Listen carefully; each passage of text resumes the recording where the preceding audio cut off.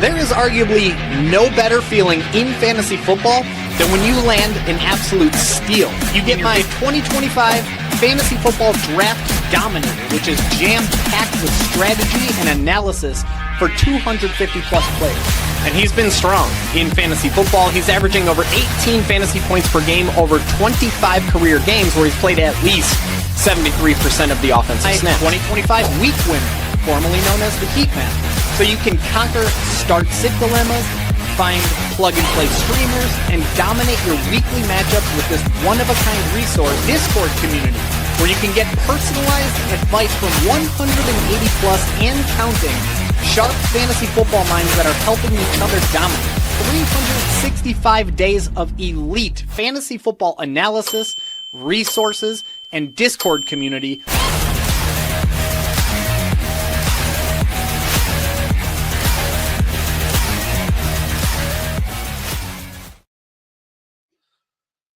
Happy Championship Sunday, ladies and gentlemen. My name is Dawson. Right here with me is Mikey Henninger of Basement Brewed Fantasy Football. We made it.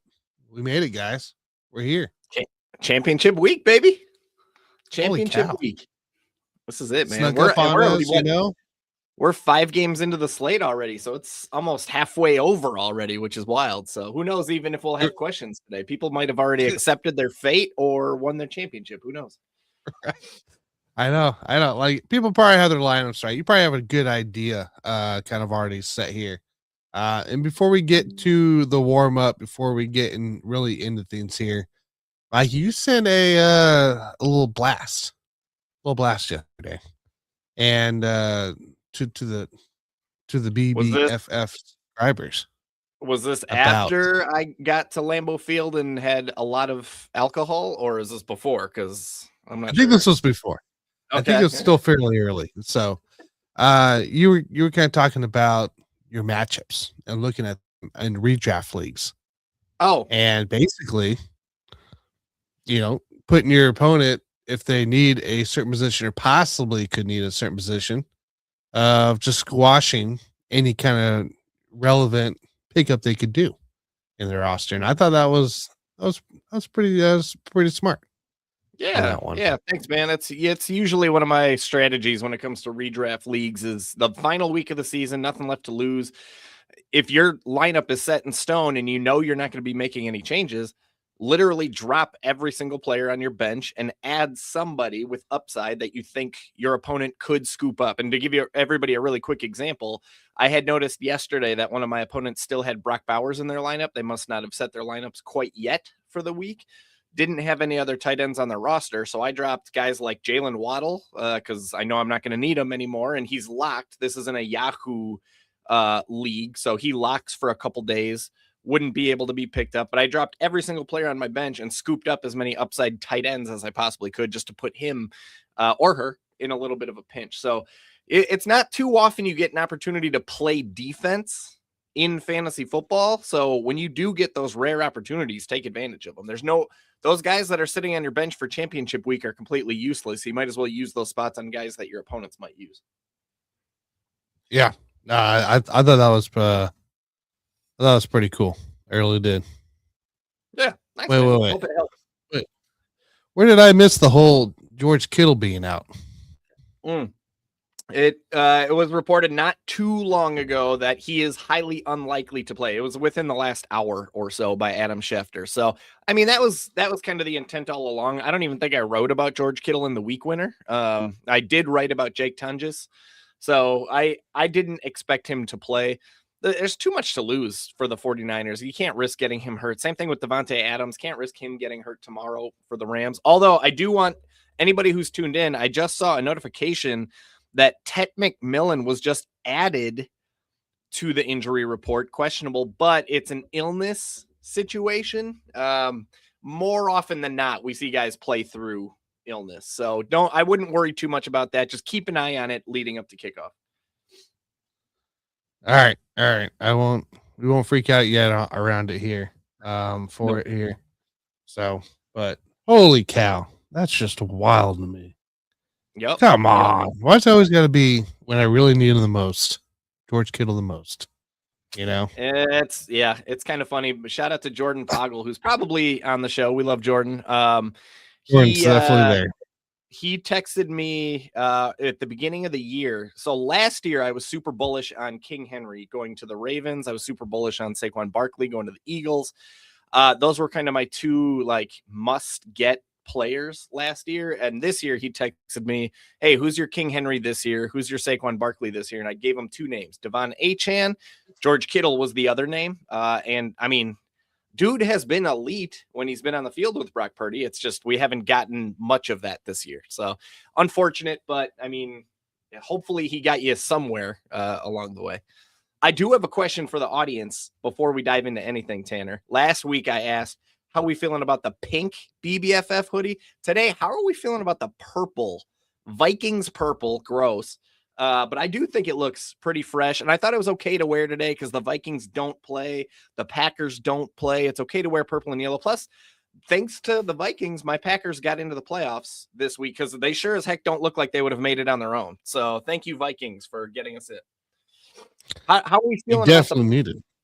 How are we feeling about the purple hoodie? Feel free to drop something in the chat. Is it fire emoji, poop emoji? You're not going to hurt my feelings. I didn't make it. So, I mean, it's purple, so it doesn't go far with me.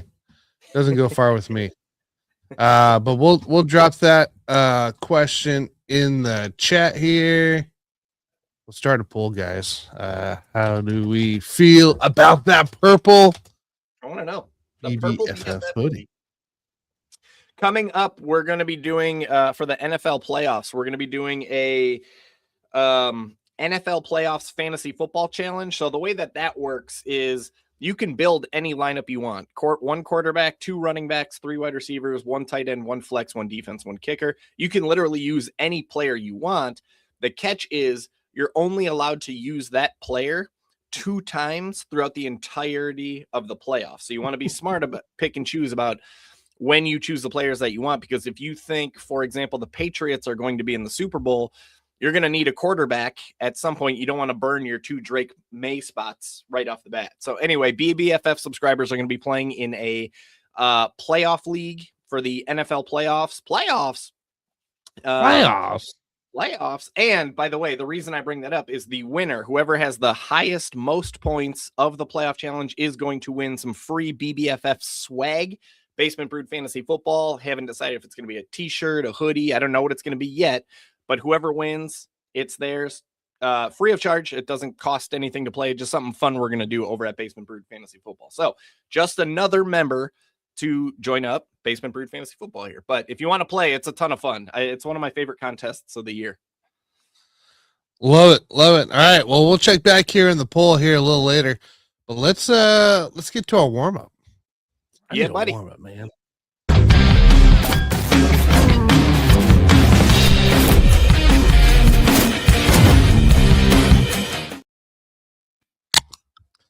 Gotta get that warm up. Get that good old monster in. Dude, you're so good. You got the pop on the microphone so perfectly placed. You can hear it so well. I went to bed at 3 a.m. last night. I got home from Lambeau at 2 a.m. The wife and I had to crush some Taco Bell because we haven't done that since in a long time.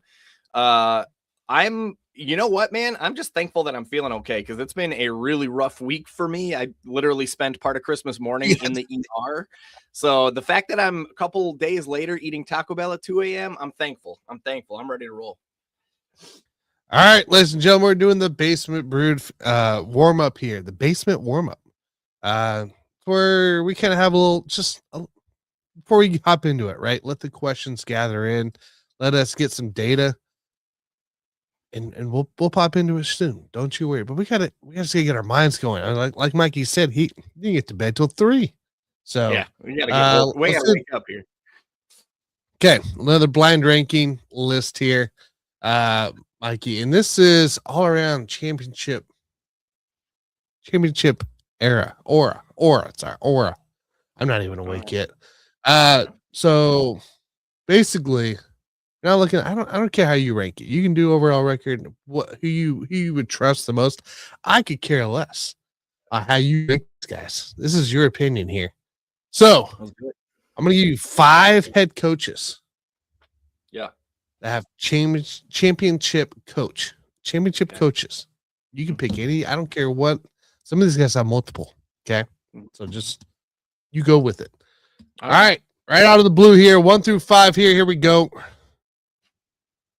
We start with Mike Tomlin. Ooh.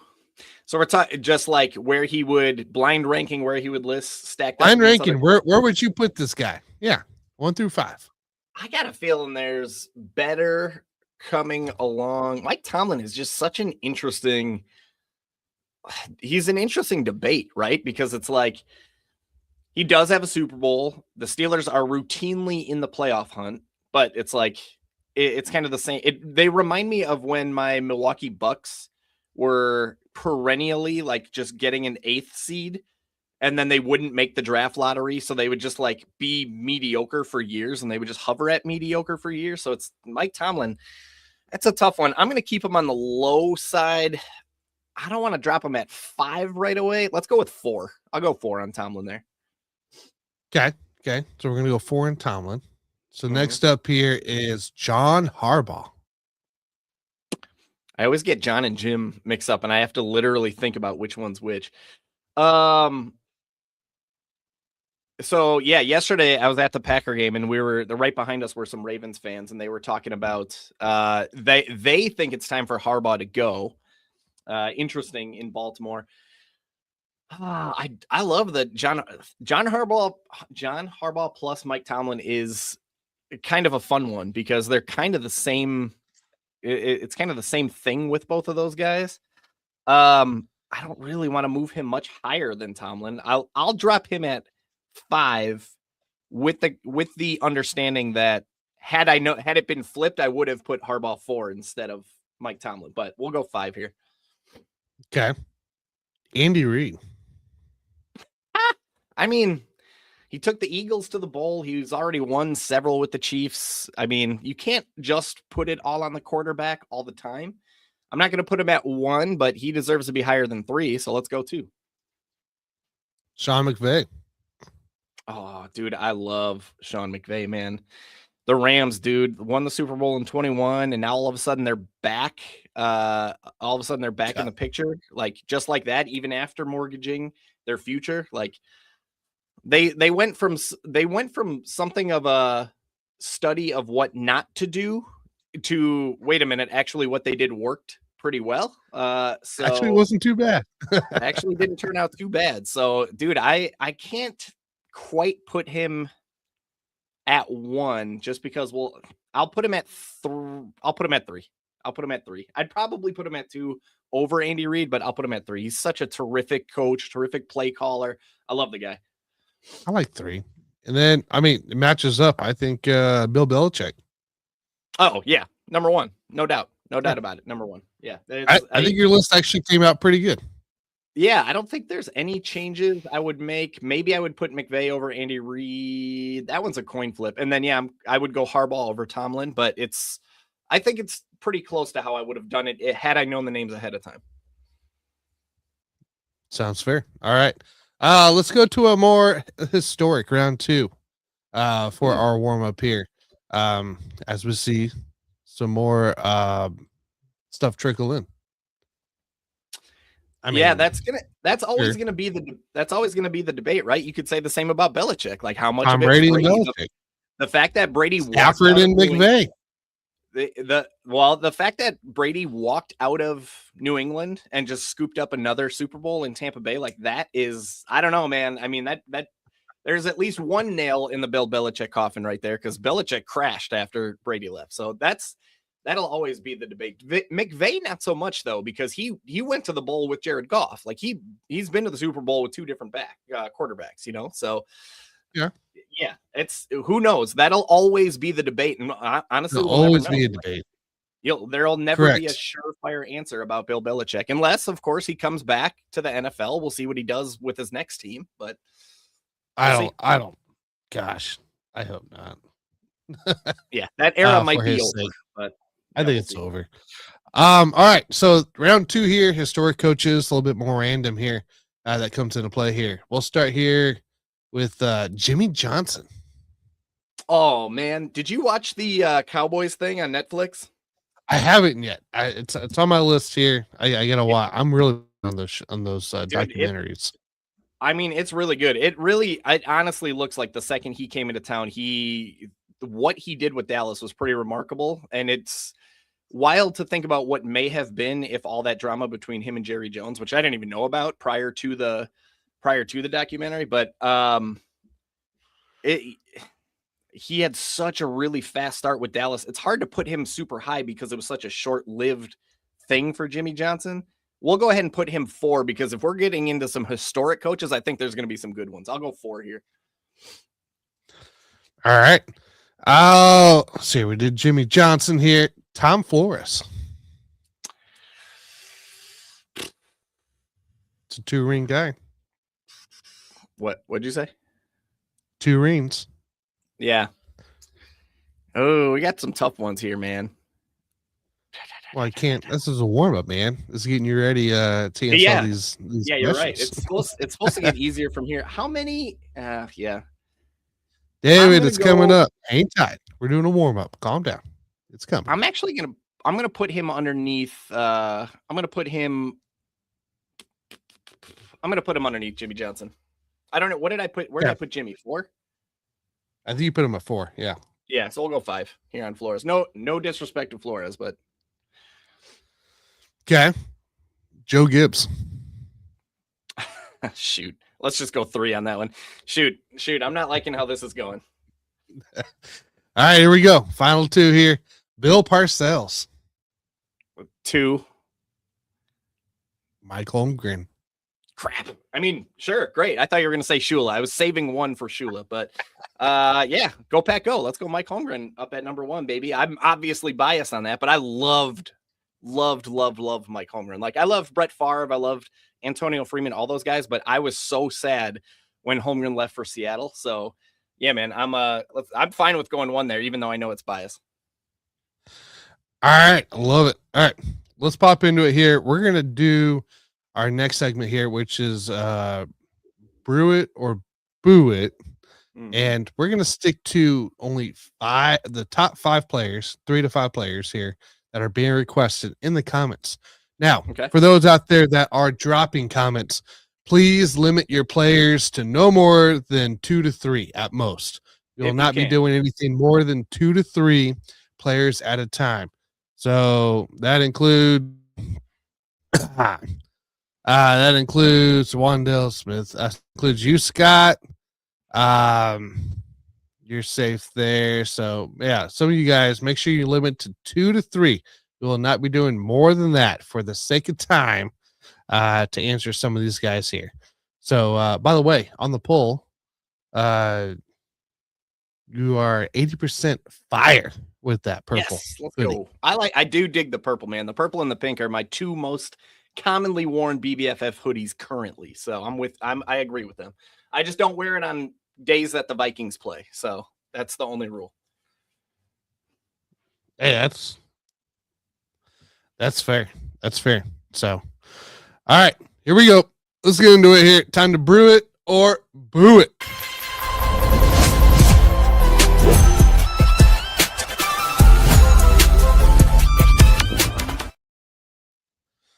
All right, Mikey, I have 3 to 5 players that are being requested in the comments here that we can get ahead on because they are being brought up here. Can we, I don't know how much detail you got on it. Can we talk about Jake Tunges? Yeah, dude, let's do it.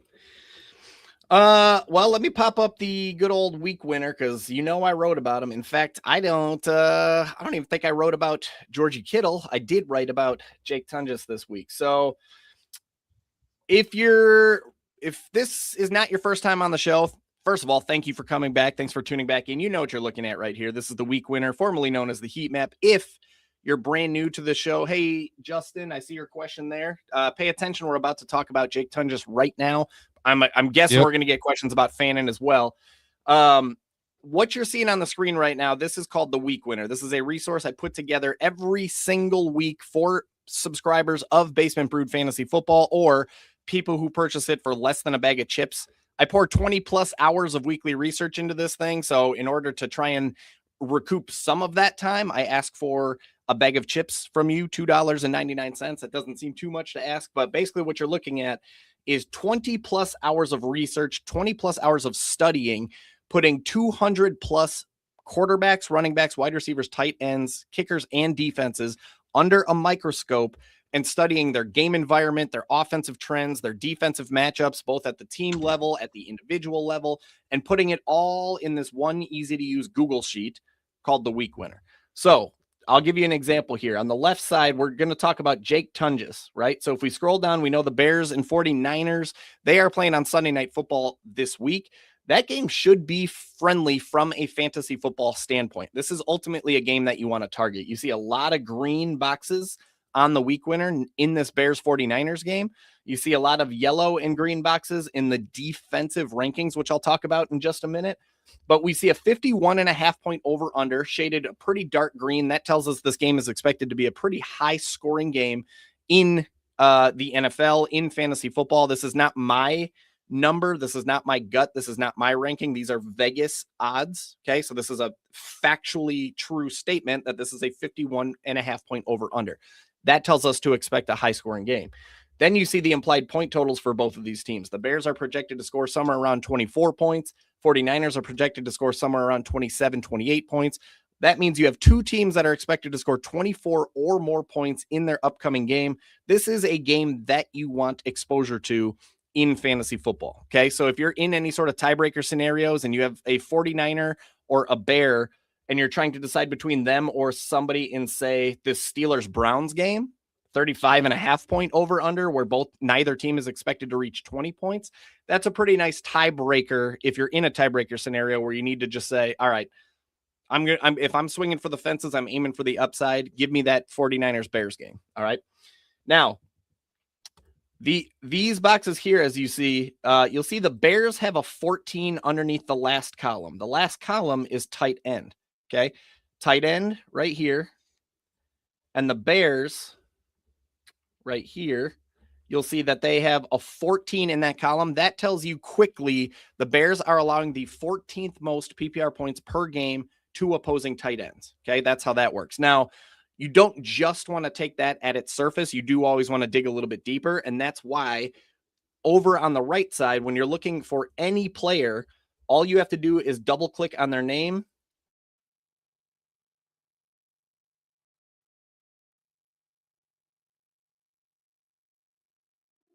Uh-oh. We back? We good? There he is. Okay, we're back. How long was I out for a while there? No, just on the double click part. All right. The only reason he's even shaded in red, which I'm actually going to remove right now, that tells us that there's an injury situation to monitor, which was the George Kittle situation, of course.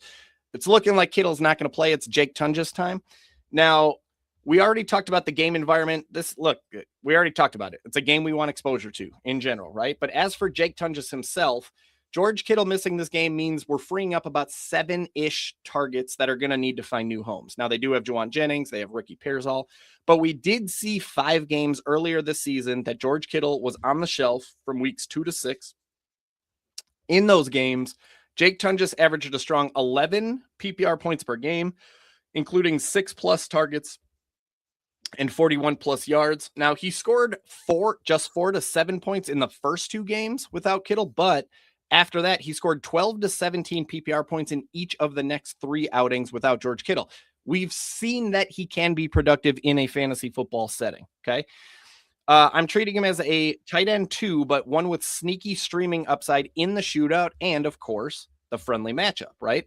We talked about the Bears allowing the 14th most PPR points per game. That includes the 9th most catches and 14th most yards. Now, they do hold tight ends to the 9th fewest touchdowns. So just something to know if you're considering like touchdown bets or anytime touchdown bets, though 9th fewest isn't that terrifying. At the individual level, the Bears have allowed 8 different tight ends in 15 games to score 10+ PPR points against Chicago. 2 of which were able to get to 16, 1 of which was able to score more than 20. And there have been about 5 noteworthy tight ends in 15 games that came up short of 10 PPR points against the Bears. Those guys are TJ Hawkinson times 2, but should he even be on this list? You know, TJ Hawkinson's really been no better than a low-end tight end 2 all season. Should he even be mentioned as a noteworthy tight end? That's for you to decide. Brock Bowers wasn't able to get to 10 against Chicago. Mark Andrews didn't get there. Dallas Goedert didn't get there. Ultimately, we feel pretty good about Jake Tunges. If George Kittle doesn't go, I have him projected for about 9 to 13 PPR points, floor of about 5 to 7, ceiling of about 16 to 20.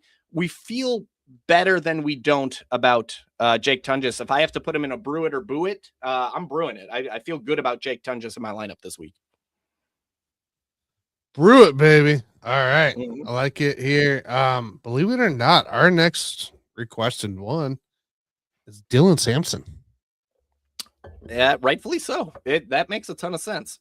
So, funny enough, when I was talking about Tunges, I talked a little bit about this Steelers-Browns game. Like, from a fantasy football standpoint, this thing sets up as an ugly, ugly game. Over-under on this thing, and I just updated this within the last hour, over-under on this is 35.5. Okay, that tells us, I mean, that's super low-scoring game, right? Neither team is expected to score 20 points. You got both teams under 20. That's subpar. I mean, you look at the team projections, the Browns are down here. They're the third. They're expected to be the third lowest scoring team on the slate. Steelers aren't that far behind them. They're expected to be the 11th lowest scoring team, and they're actually tied with the Raiders, so it's even worse than that, 9th lowest scoring team. So the game itself is more a game to avoid than it's one you want to target or force into your lineup. Quick glance, the Steelers are holding opposing running backs to the 12th fewest PPR points per game. However, let's dive into the specifics of what exactly that means. Now, pop up Dylan Sampson here. Now, keep in mind, Dylan Sampson's actually missed the last few games with a hand injury. It sounds like he's going to give it a go, but there's really not a lot of details on the hand injury. It's somewhat of a mystery to anybody who's not inside the Browns organization, but it's not something I'm overly concerned about. The thing here is that Quinshon Judkins is out for the year. That frees up 18 plus touches in the Browns backfield that needs to find new homes. And by the way, you have Jerome Ford on IR. So this game does set up as one where it really, really could be the Dylan Sampson show. I doubt the Browns are chomping at the bit to get Travion Williams touches. They're not chomping at the bit to get Raheem Sanders touches. So this is a good opportunity to check out their other rookie running back, a guy who actually had his best game of the year, if I'm not mistaken, back in week 1 when they didn't have Quinshon Judkins. He caught like 8. He went like 8 for 8 in the receiving game. Ended up with, I think, 20-ish plus. Oh yeah, it's all right here. Getting ahead of myself without even checking out my own work. So Sampson, way back in week 1, Dylan Sampson handled 20 touches, and that included 8 targets. He caught all 8 of them. That's usually a very good sign for a running back if they're able to go 100% on 8 targets. That's pretty sweet. 93 scoreless yards, 17.3 PPR points. After that, though, it's kind of funny. He hasn't hit 10 touches in a game since then. Like, dude came out and gave you 20 touches in week 1 and then failed to hit double-digit touches in a game since then, but that didn't stop him from scoring 10.9 points in week 2, 11.8 points in week 14, and 16.2 points in week 12. So we've seen the guy get high PPR totals on low touches. He's a very efficient running back in PPR. That's great. That's great for him. If you're not familiar with Dylan Sampson, I'm not going to get into it right now for the sake of time. The week winner is available to anybody who wants it. It costs less than a bag of chips on WHOP.com/BBFF. You can see it at the top of the screen. But here's what I wrote about Dylan Sampson in the 2025 rookie rundown. Every year for the draft, I put together a rookie rundown. I'm going to have a 2026 version. So if you're in dynasty leagues, you want to know what rookies to be looking out for, that's just another reason to be a member of the Basement Brewed Fantasy Football family. But you can check it out right here if you really want to know. Ultimately, I'm treating him as a blindfolded dice roll style RB3/flex, low scoring game. The matchup itself, I told you the Steelers are holding running backs to the 12th fewest PPR points per game. That doesn't sound good on the surface, but ultimately this matchup is quite a bit mediocre. The Steelers are, while they're holding them to the 12th fewest PPR points per game, they are allowing the 14th most rushing yards, ninth most catches, and 11th most receiving yards to running backs, while limiting them to the second fewest touchdowns. That is ultimately the thing that's dragging down the numbers for Pittsburgh. They're just not letting running backs into the end zone. Then you take a game where the over-under is 35.5. We're not expecting a lot of touchdowns anyway. We should not really be looking for touchdowns out of Dylan Sampson. He's going to need to butter his bread on receptions. That's going to be a big key. Receiving yards, rushing yards, etc. Those are areas that the Steelers do tend to give up. Ultimately, they are holding running backs to the 12th fewest PPR points per game and the 5th fewest PPR points per touch at 0.76 points per touch. Just 14 running backs in 15 games have been able to get to 10 PPR points, so that's less than one per game. We don't love that, but 8 of them have been able to reach 15 plus PPR points, but only 2 of them were able to get to 19. So it's a little bit up and down of a matchup. It's hard to put him in a brew it or boo it bucket because it largely depends on what your options are. I forgot to mention this. I do have Dylan Sampson projected for 8 to 12 PPR points on 10 to 14 touches. Again, it's ultimately going to come down to what your other options are. If you're in a bind at running back and you need some semblance of a guy who could just get you some points, then he's a worthwhile RB3/flex. But I'm hoping you have better options out there. There's nothing about this game that says we need to get Dylan Sampson in our lineup. If I was forced to put him into one bucket or the other, I would put him in the boo it category. I wouldn't feel great about him being in my lineup, but I understand there's a lot of people in a bind. They're in a pinch. They really need something, just a warm body in their lineup. Then Dylan Sampson can be that guy. There you go. Cornelius, hang tight. It was a brew it. I don't know if you need more here, but what are your other picks here and your questions are actually coming up. So yeah, he would be. It depends on options, but because he's a brew it, that means he's in the start category more than the sit category. Correct. Yep. All right, let's pop into it here. Our third most requested here, Marvin Harrison Jr. Marv is, he's always been a super, super risky player to begin with, but he's extra risky. They already admitted that they're going to limit his snaps just like they did last week. Last week wasn't pretty. This game, guys, as I'm digging in, let's talk about this Cardinals-Bengals game. I texted Jordan Poggle. Shout out Jordan. I'm sure he's in here somewhere. I texted him, I believe this game in particular is going to win people fantasy football championships because this game is just mouth-watering from a fantasy football standpoint. We got a 53.5 over under. That's really sexy. That is really, really high. I think the highest I've ever seen is 54.5. So we're almost up there. You got both teams expected to score 23 or more fantasy points. Lots of green boxes. Both teams are terrible against running backs. Both teams are terrible against tight ends. Both teams give up production to quarterbacks. The Bengals are like surprisingly stingy against wide receivers. It's kind of a really weird way that the numbers fall.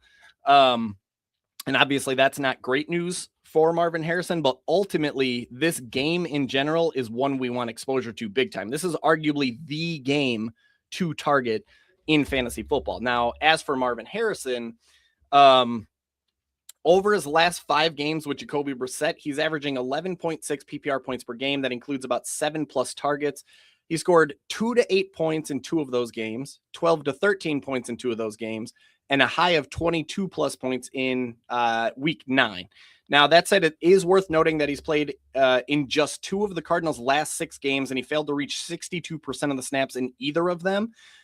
He managed just 2.4 points on 3 targets last week, but he played just 51% of the snaps in his return from a 2-game absence with a heel injury. Of course, there's no way to be sure that he's going to play more snaps in week 17. In fact, they've already said that his snaps will be limited. It sounds like it's going to be very similar to last week. That makes it really tough to feel any kind of confidence in him. And then you get to a really, really difficult matchup, right? The Bengals, as bad as that defense is, when it comes to fantasy points allowed to wide receivers at the team and individual level, it just doesn't happen that frequently, at least. They are holding wide receivers to the 3rd fewest catches, 5th fewest yards, 5th fewest touchdowns, and ultimately the 4th fewest PPR points per game. Just 16 wide receivers in 15 games have been able to get to 10 PPR points. Of course, 9 of them have been able to get to 15. Only 1 has been able to get to 20. That was Marvin Mims. But they are bleeding a little bit late. Oh, I'm sorry. No, they've actually stiffened up lately. Even worse. Just 3 wide receivers in the last 6 games have been able to reach even just 10 PPR points against the Bengals, just one of which has been able to reach 13 plus PPR points. You take all of that combined with the fact that Marvin Harrison is going to be limited in this game. You take that with the fact that Michael Wilson has been fire over the last couple months. Now, his splits with Marvin Harrison in the lineup are not pretty, but they have options, right? Trey McBride, by the way, is obviously a stud, and now he's going against a Bengals defense that literally allows the most PPR points per game to tight ends. This should be a Trey McBride game. That's why he's here. They got Michael Wilson. Marvin Harrison's going to be limited. Really tough matchup. If I had to put Marvin Harrison in one bucket, I'm booing it because there's just a lot working against Marvin Harrison. Now, could he surprise and play close to a full game? Absolutely. Could he explode because this game is going to be a shootout? Absolutely. Anything's possible in fantasy football. But when you look at the data and the way that this sets up for Marvin Harrison, there's a lot more that would give me, I was going to say heartburn, which is funny considering the week that I've had. But there's a lot more that would give me pause about Marvin Harrison than I'd be chomping at the bit to get him in my lineup. I would boo it. I'd feel really scared about putting Harrison in my lineup this week. All right, and looking like our final play here that we're going to go over here on Brew It or Boo It, Brenton Strange. Ooh, interesting. I have to admit, that's a guy I have not thought much about in the last few days, but have no fear because it is a guy that I wrote about earlier this week. Now, Jaguars play, the Colts, right? If I'm not, yeah, here we go. This game itself looks like one that we want to target in fantasy football. 48.5 over under. That's obviously not touching Bengals Cardinals territory, but it is healthy. That's above average. That's why it's shaded green. Jaguars are expected to score 27 points. That's really, really strong. That's going to be top, let's say 6 or 7. I suppose I could just look right here. Top 6.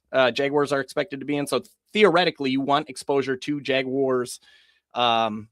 You want exposure to the Jaguars offense, especially with the way Trevor Lawrence has been playing.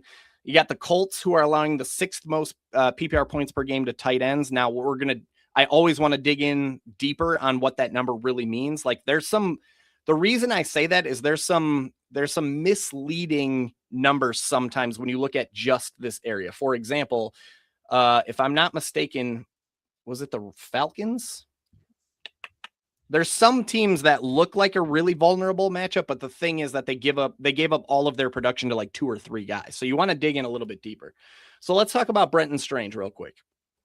That was game number 11 that I wrote this week. Looks like I have him down in the, where is he? Here he is. Orange column. Let me slide over a little bit more. Brenton Strange. So we talked a little bit about the game environment. You want exposure to Jaguars. Brenton Strange himself, he's averaging 9.2 PPR points per game. He's seeing about 16% of the targets when he's on the field. That comes out to about 4.9 per game. Now he's landed between 0 and 4 PPR points in about 30% of the time. So the floor isn't exactly the safest floor that we've ever seen. He landed between 5 and 9 points in about 20% of those games, including 5.7 points on 6 targets against these very same Colts just a few weeks ago in week 14. He landed between 10 and 14 points in about 50% of those games. So about half the time he's getting you 10 plus points. That's a great sign. We're trading him as a mid-range tight end 2. He does have tight end 1 upside because of the high-scoring game and a terrific matchup. The Colts are holding tight ends to the quote-unquote 16th fewest touchdowns. And I say quote-unquote because when you think about where 16 lands from 1 to 32, that's middle of the pack. That's like not terrifying at all. That's very mediocre. And outside of that, they're allowing the 5th most catches, 3rd most yards, 6th most PPR points per game.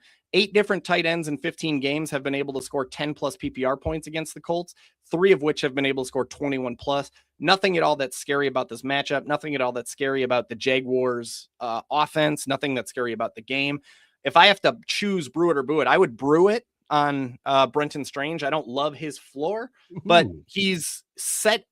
All of the data sets him up in a way I'd feel better about him being in my lineup than not, if that makes sense. Obviously, it depends what your other options are. But when I mentioned at the top of this show,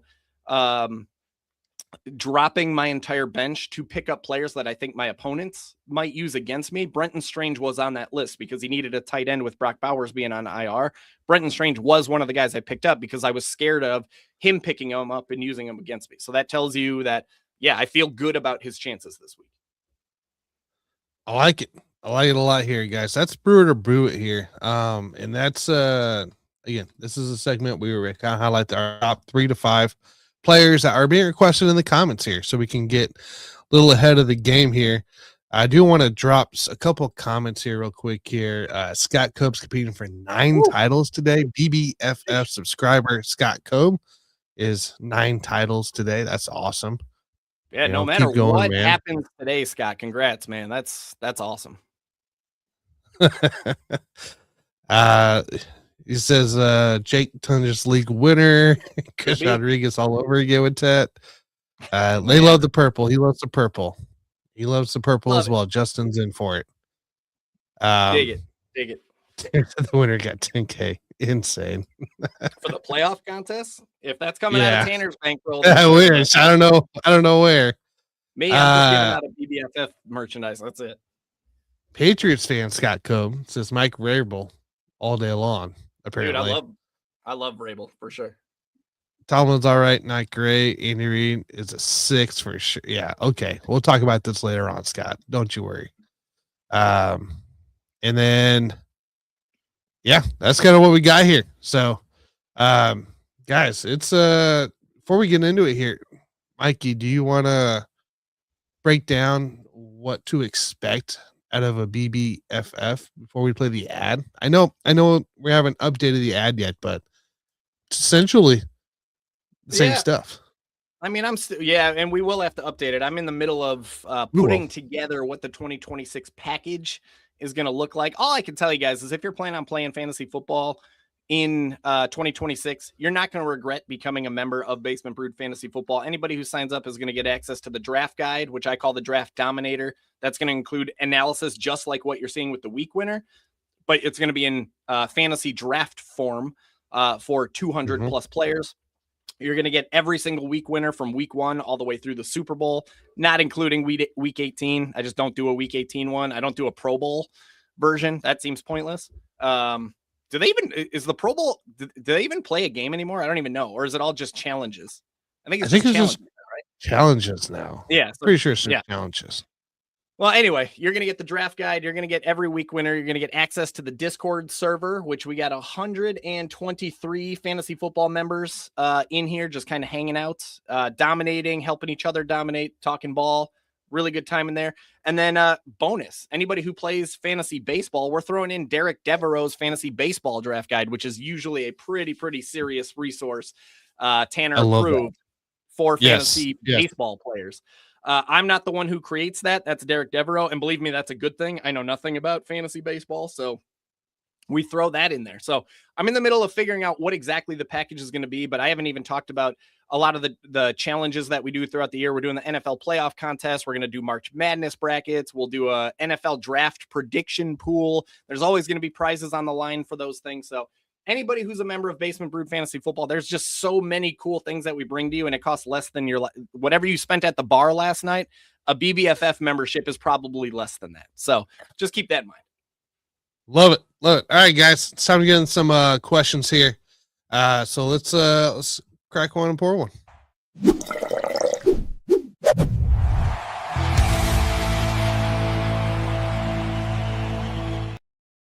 Crack one and pick one, crack one and pour one. I don't know. You can take your stab at it. So, but guys, this is where we hit the questions here. Now, what we need from you is to keep things simple here. 2 to 3 players at most, no more. We will not hit those comments if you have more than 2 to 3 players for that here. Now, Scott did have one that had more than, so he did slim it down for us. And so that right here, Wandale, Myers, or Devontae? Wandale, Myers, or Devontae. Need 2 in a PPR. So we're just benching one of these guys. Okay. All right. Let's I'm going to hop over to the heat map, or week winner. I haven't called it the heat map in a minute. But before I do that, I do see Scott's recent question. He said, can you sign up for 2026 right now? You actually can. If you see up on the top of the screen, wap.com/BBFF, the 2026 package is available. In fact, I recommend signing up right now, not because, I'm trying to build a small business and generate revenue. That'd be cool. But I recommend signing up for anybody who wants to, because that way you get to participate in the NFL playoff pool that we're going to do here coming up in 2 weeks. So yeah, highly recommend that. It's available at WHOP.com/BBFF. Now I have to go back up. Oh, thank you. I got you. I was scrolling up. I'm like, where is this question? All right, let's go over to the week one. I got to move my water though. It's in my way. All right, let's start out with Wan'Dale Robinson. First of all, I'm going to cover all 3 games before I dive into the individual players. All right, so Wan'Dale Robinson. Mikey, I got to step away real quick while you answer this question here, okay? Yeah, you're good. I got you. Okay. All right. Here we go. So Giants Raiders, right? When we're talking about Wan'Dale, the game itself, it's fine. It's not anything to be scared of. It's not a game that you need to force in your lineup. It's pretty clear that the Raiders want to lose this game. I mean, they're shutting down Brock Bowers, shutting down Max Crosby. They want that first overall pick. And when you see how Geno Smith played football this year, you can understand why. That sort of thing is a good sign for Giants players, just because, if they're phoning it in. But typically, while coaches and GMs and owners might want to lose the game, you put competitive grown men on the football field. I doubt the Raiders players are out there like, man, I really hope we lose this game. So don't go too far with that sort of theory, because it really doesn't get you anywhere. Instead, take a look at the numbers. The Giants are projected to score right around 22 points. That's pretty mediocre. It's not bad by any means. It's solid. It's just not anything that's particularly exciting. The Raiders are allowing the 11th most PPR points per game to wide receivers. So on the surface, that doesn't seem bad. But of course, as you know, we're going to dive into the details of what that means. Game number 13, we're looking at the Giants, right? This is Wan'Dale Robinson. After 9 games with Jackson Dart, but without Malik Neighbors, right? That's a important split. Wan'Dale Robinson is averaging 12 plus PPR points per game, which includes about 8 plus targets. That's very, very strong, right? That's really safe, consistent usage for Wan'Dale Robinson. He landed between 5 and 8 points about 33% of the time. He landed between 10 and 14 points 33% of the time. And between 15 and 20 points, but 33% of the time. So at least 66% of the time, he's getting you 10 plus PPR points per game. That's pretty solid. High-end wide receiver 3, definitely some upside thanks to the friendly matchup. The Raiders are allowing the 6th most catches, 11th most yards, 7th most touchdowns, and ultimately the 11th most PPR points per game. We've seen 19 different wide receivers in 15 games score 10 plus against the Raiders, 9 of which have been able to get to 15. 2 of which have been able to get to 23, 1 of which George Pickens scored a high of 29.4 against the Raiders. Nothing at all that's scary about this setup for Wan'Dale Robinson. We got him projected for about 12 to 16 PPR points. Then we got Jacoby Myers, and we already talked about the Jaguars-Colts game. We talked specifically about the Jaguars and how they're an offense that we do want exposure to this week. Over his last 6 games in a Jaguars uniform, Jacoby Myers is averaging dang near 14 PPR points per game. That includes 7 plus targets per game. He scored 11 to 15 PPR points in 4 of the last 6 games. He mixed in a high of 21.3 in week 13 and a low of 8.6. He scored dang near 15 PPR points against these Colts literally just a few weeks ago. I think it was 2 weeks ago, week 14 or so. He's a mid-range wide receiver 2 in this high-scoring environment, mouth-watering matchup.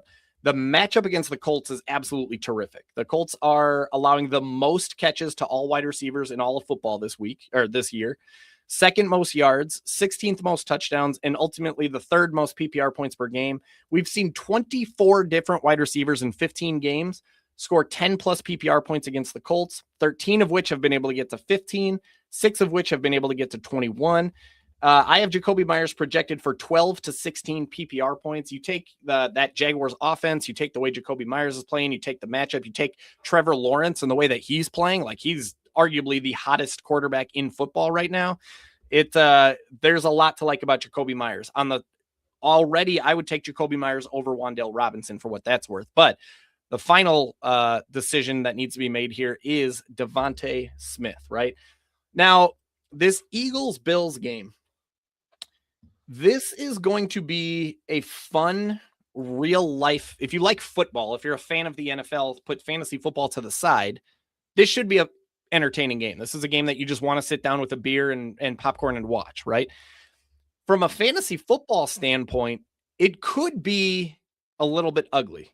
For starters, if I'm not mistaken, there's some weather concerns there with rain. Could get a little bit sloppy. You got two defenses that are particularly strong, right? The Eagles and Bills both shut down quarterbacks. They both shut down wide receivers. They both shut down tight ends, and they allow some production to running backs. Okay. Good sign for Saquon Barkley. Good sign for James Cook. Bad sign for pretty much anybody else. Now we are sitting at an over under of 44.5. That's pretty mediocre. That's almost like dead even for what we usually see. Both teams expected to land somewhere between 21, 24 points. It's a fine game setup. There's nothing about this game that says, man, we got to get all these players in our lineup, but there's nothing about the game that says we need to avoid this game at all costs. Now, Devontae Smith, interesting year for him, interesting year for the Eagles wide receivers. I mean, AJ Brown is suddenly one of the hottest wide receivers in all of football. Devontae Smith himself, he's averaging 12.6 PPR points per game. He is seeing 25+% of the team's targets. It's just they don't throw the ball all that frequently. He's averaging a very nice 6.9 targets per game, which is fine. Nothing crazy, but it's okay. He landed between 0 and 4 points 20% of the time, 5 to 9 points 33% of the time. You can see all the numbers here, but about 30 more often than not, he's landing in this 5 to 9 range. That's his most common range. But 33% of the time, he is getting you at least 10 plus PPR points. That's not terrific. He's a mid-range wide receiver 2, perhaps with some wide receiver 3 downside because it is a difficult matchup. The Bills are limiting wide receivers to the 6th fewest catches, 7th fewest yards, 12th fewest touchdowns, ultimately the 9th fewest PPR points per game. We've seen just 15 wide receivers in 15 games hit even just 10 PPR points against the Eagles. That's just on average. That's 1 per game. AJ Brown seems to be the more likely bet to hit 10 than Devontae Smith is, but that's not set in stone. That's not a guarantee that only one player hits 10. We're just saying that's what it's been this year. That said, 9 of those 15 were able to get to 15 PPR points, 4 of which were able to get to 24 plus PPR points.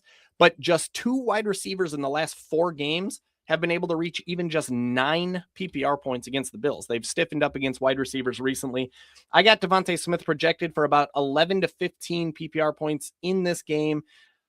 I think it's a close call between him and Wan'Dale Robinson. I do technically have Wan'Dale projected for slightly higher than Devontae Smith.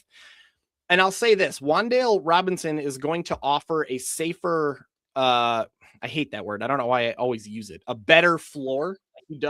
His floor is higher than Devontae Smith's is, but man, big game in Buffalo. The ceiling definitely belongs to Devontae Smith. So I would say, Scott, this is another one of those classic cases where we've seen 5 different games already on this slate. You probably have a pretty solid understanding of if you're projected to win, projected to lose.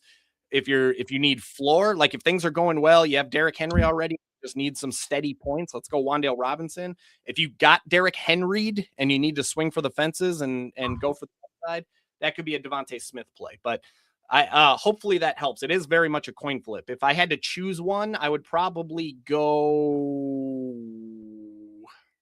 Devontae Smith just because of the nature of that game.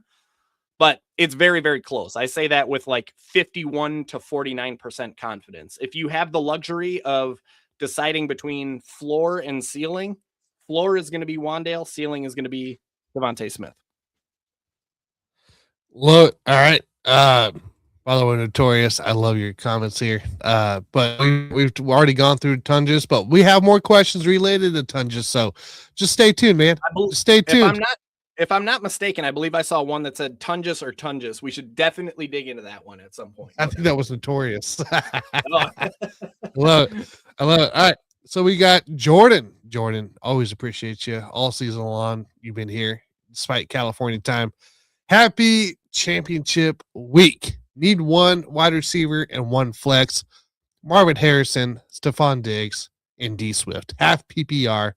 Projected to lose matchup, so need upside. All right. Let's dig in.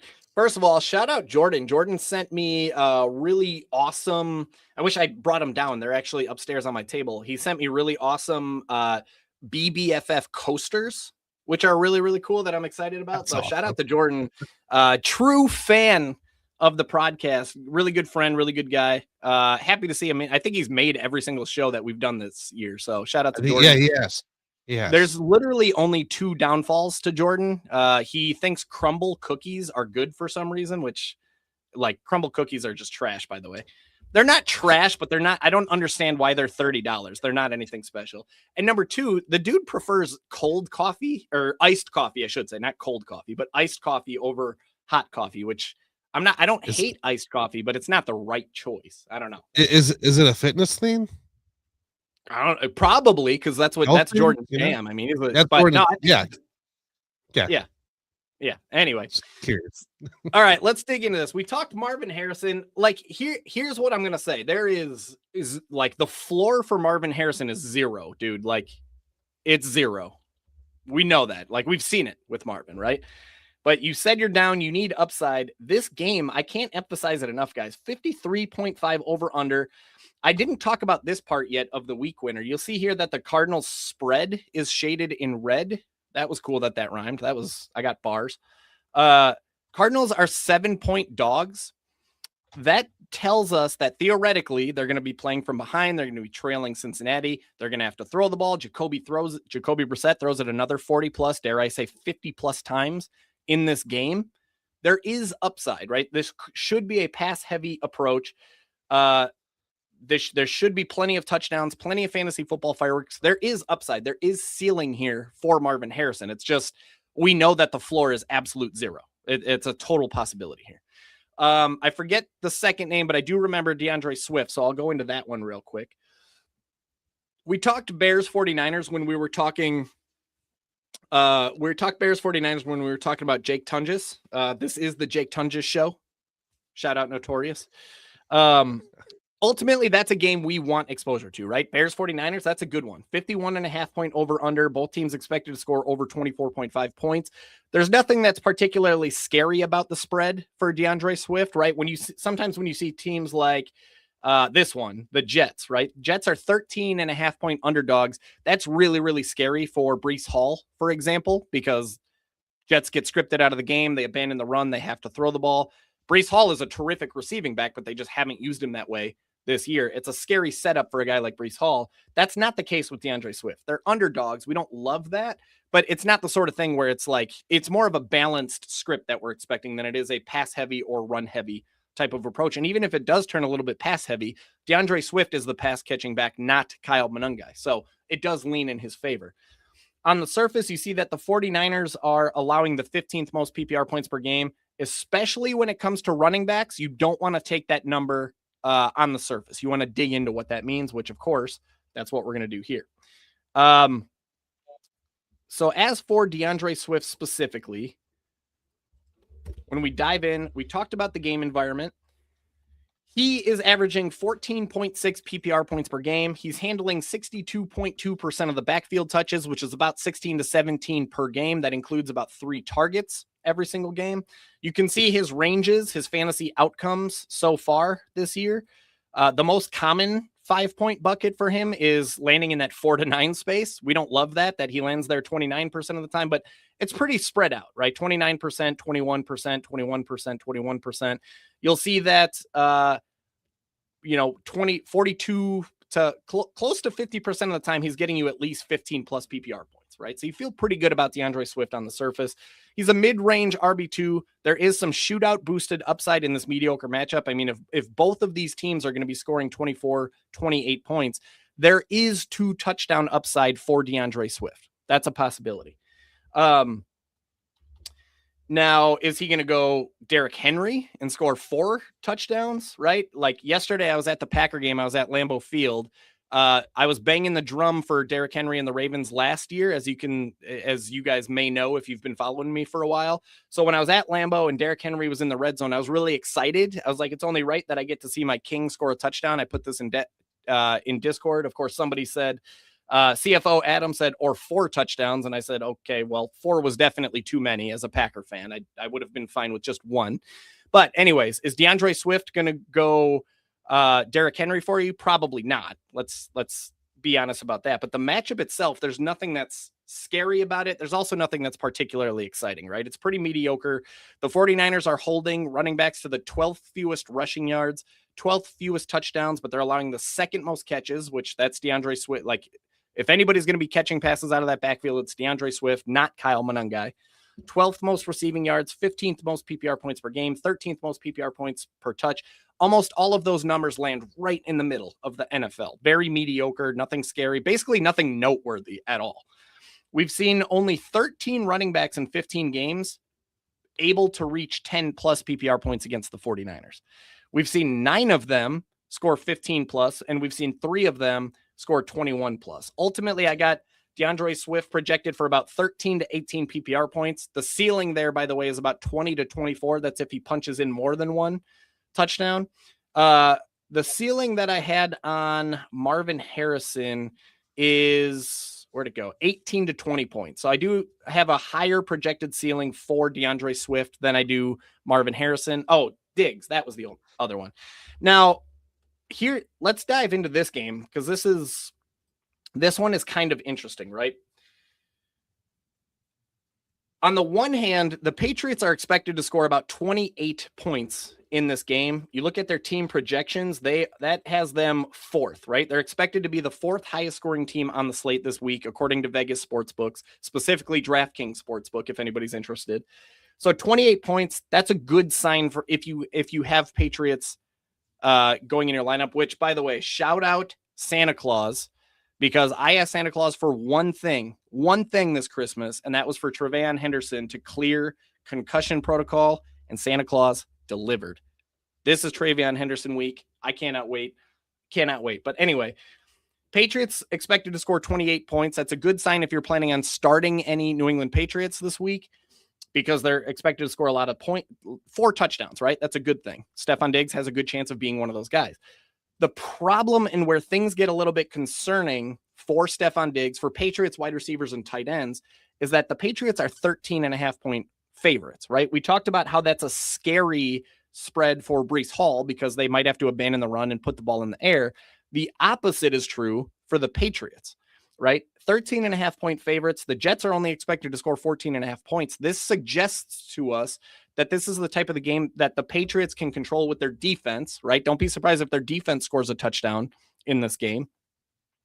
And if they build a lead, they get ahead and they're up by 2 scores going into the third quarter, they're going to give the ball to Tre'Veon Henderson. Hopefully. Love it. They're going to give the ball to Ramondre Stevenson. It's the sort of thing where Drake May might not even need to throw the ball 30 times for the Patriots to get an easy win here. Okay. That's the fear with Stephon Diggs. Now, could he do all of his damage in the first half before it turns into a run-heavy game script? That's certainly a possibility. Now, what we're expecting out of Stephon Diggs, we talked about the game environment. He's averaging 12.1 PPR points per game. He's seen about 21% of the targets. That comes out to about 6.2 per game.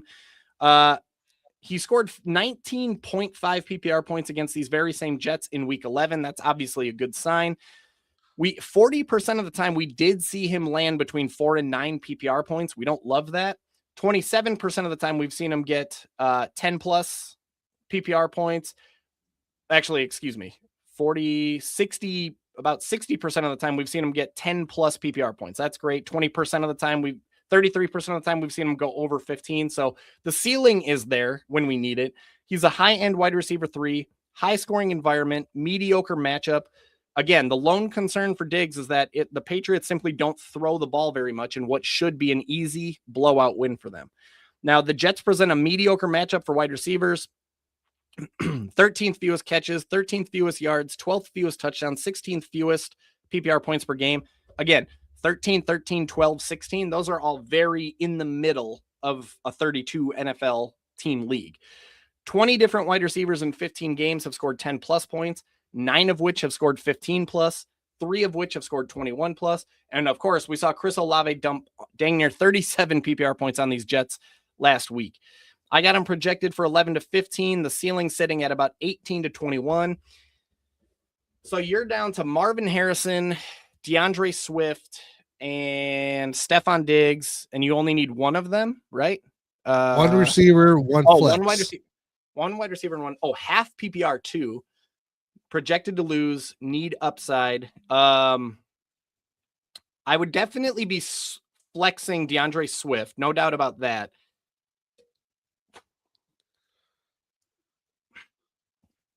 Man, oh man, oh man. Here's the deal, guys.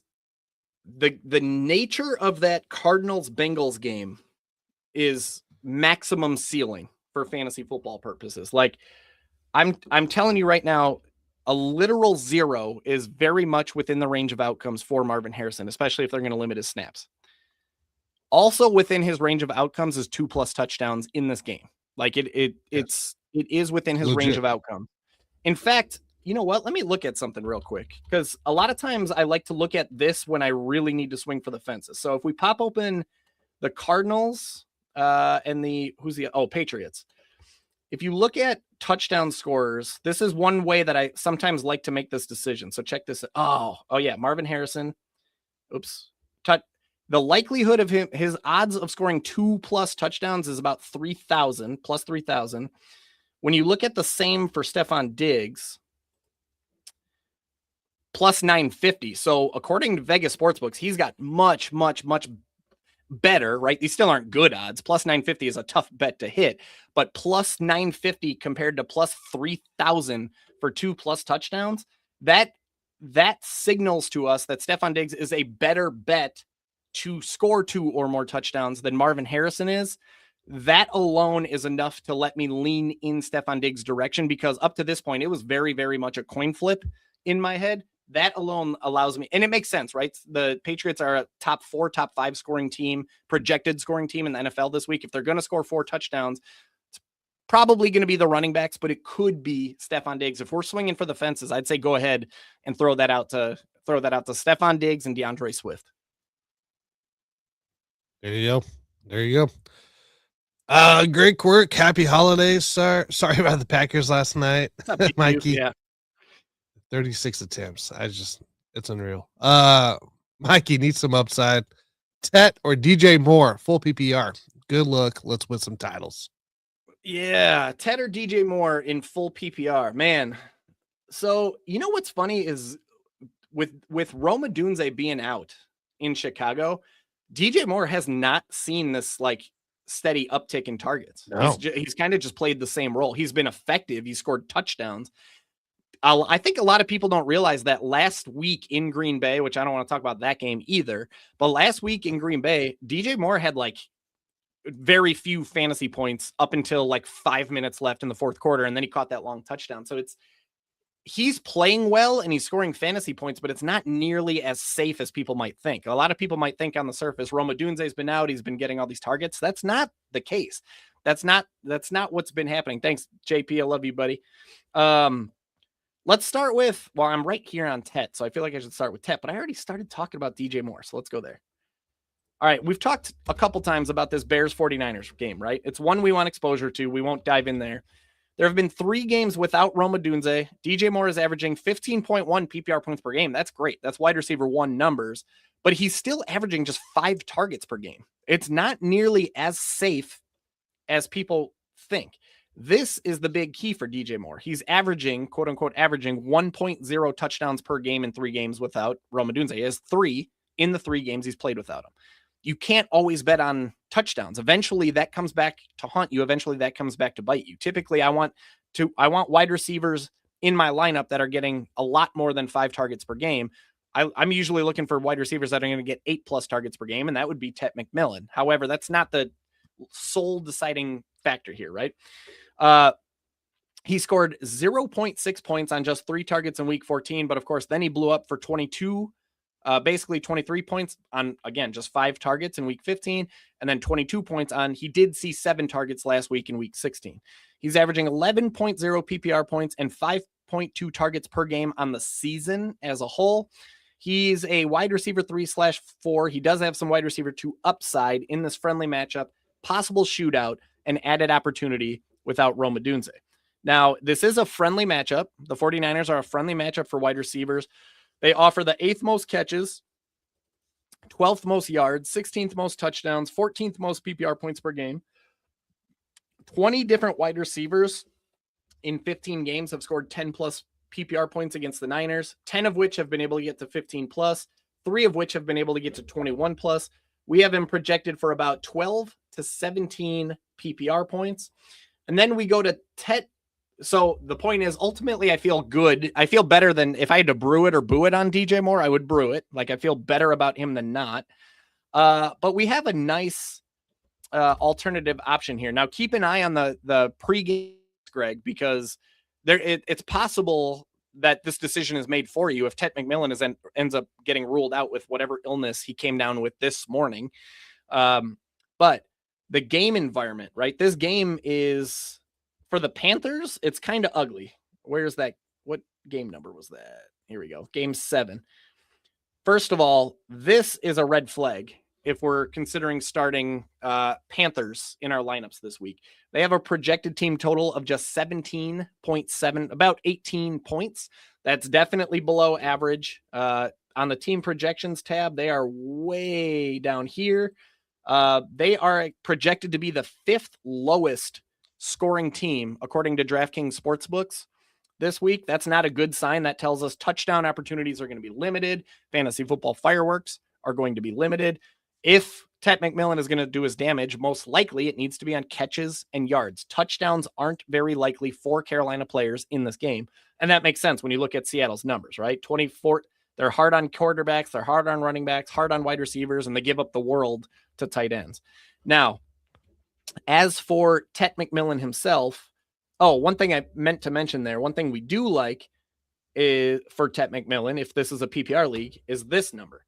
The Panthers, you can see shaded in red that the Panthers are pretty heavy underdogs, 7-point underdogs. We were just talking about this with the Cardinals right down here.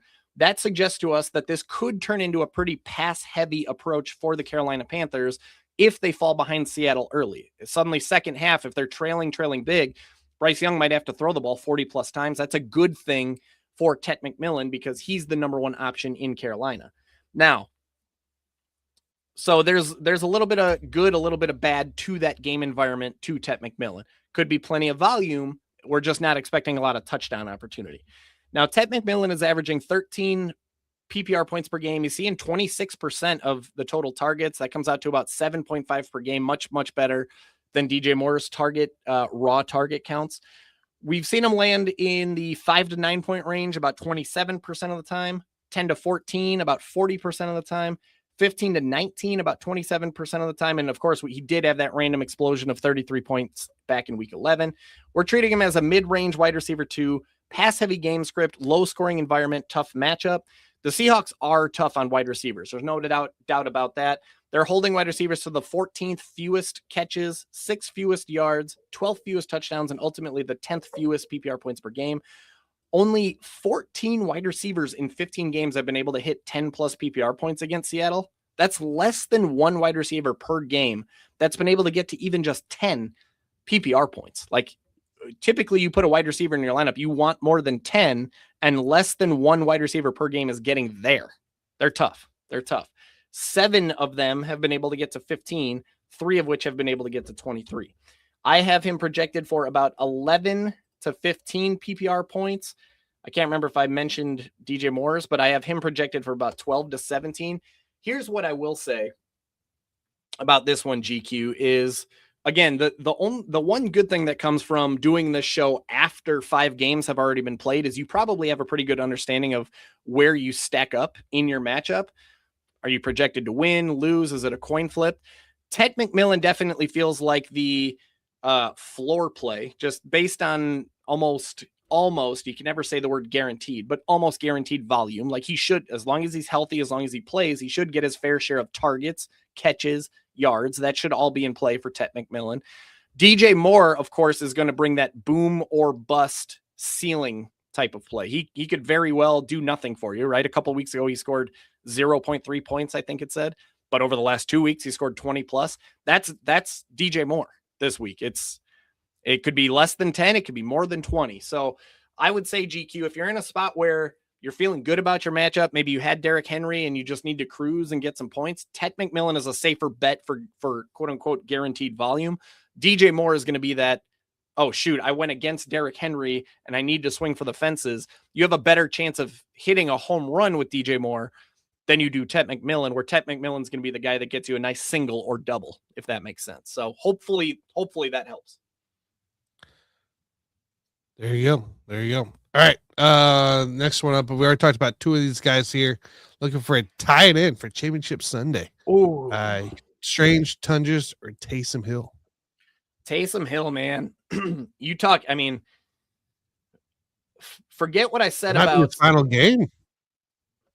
Yeah, forget what I said about DJ Moore being boomer bust. You want to talk boomer bust? Taysom Hill is the very definite. If there had to be an image of boomer bust, high risk, high reward, that would be Taysom Hill. Like, yeah, the options are 0 or 20. Like, it's not in between. The game itself, not necessarily one that we're excited about from a fantasy football standpoint, right? This over-under is pretty gross, 39.5.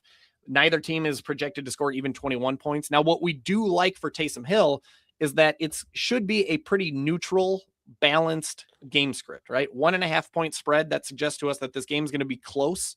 There's no reason to think that the Saints are suddenly going to abandon the run and Tyler Shuck's going to throw the ball 40 plus times.